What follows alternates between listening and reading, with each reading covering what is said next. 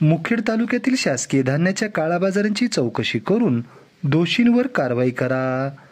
शिवसेना उद्धव बाळासाहेब ठाकरे गटाचे मुखेड तालुका प्रमुख उमेश पाटील आडलूरकर यांची जिल्हाधिकारी यांच्याकडे एका निवेदनाद्वारे मागणी।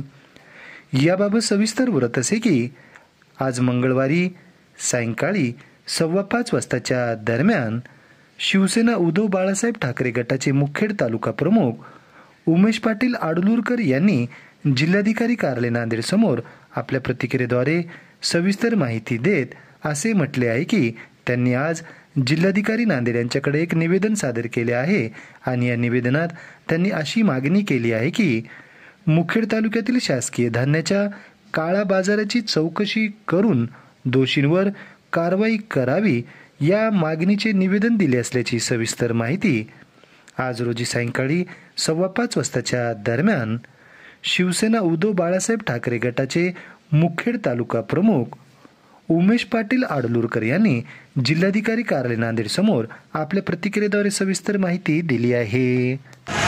11 तारखेला मुखेड या शासकीय गोडाऊनमधून राशनची चोरी करण्यात आली। राशनची चोरी करत असताना या ठिकाणी राशन सप्लायर दत्ता पाटील मुरळे हे दिवसभरातून गोळा केलेला राशन आमदार तुषार राठोड साहेब यांच्या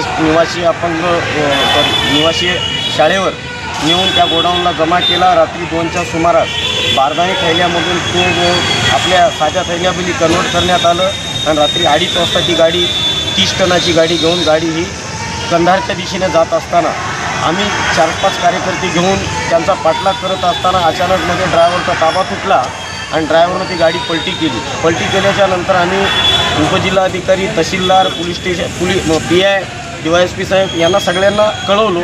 त्यांनी 8 वाजता आल्याच्या नंतर आम्हाला सांगतात की या ठिकाणी हे जे माल आहे ते माल शासकीय गोडाऊनचा नसून हा अज्ञातस्थळीचा माल आहे। आमचं म्हणणं आहे की आमच्याकडे सगळं रेकॉर्ड आहे। रेकॉर्ड असताना तुम्ही अशा पद्धतीचे भाष्य वापरता हे अधिकारी म्हणून योग्य नाही। त्यामुळे आज आम्ही त्यांना तर निवेदन दिलो, आज आम्ही काल दानवे साहेबांना दिलो विरोधी पक्षनेत्यांना आणि आज कलेक्टर साहेबांना निवेदन ह्याच्यासाठी दिलो की बाबा इथून पुढं होणाऱ्या गोष्टीला आळा घातला पाहिजे आणि जर अन्यथा नाही घातलो तर आम्ही येणाऱ्या 1-2 दिवसांमध्ये 100% आपल्या जिल्हाधिकारी कार्यालयासमोर उपोषणाला बसणार।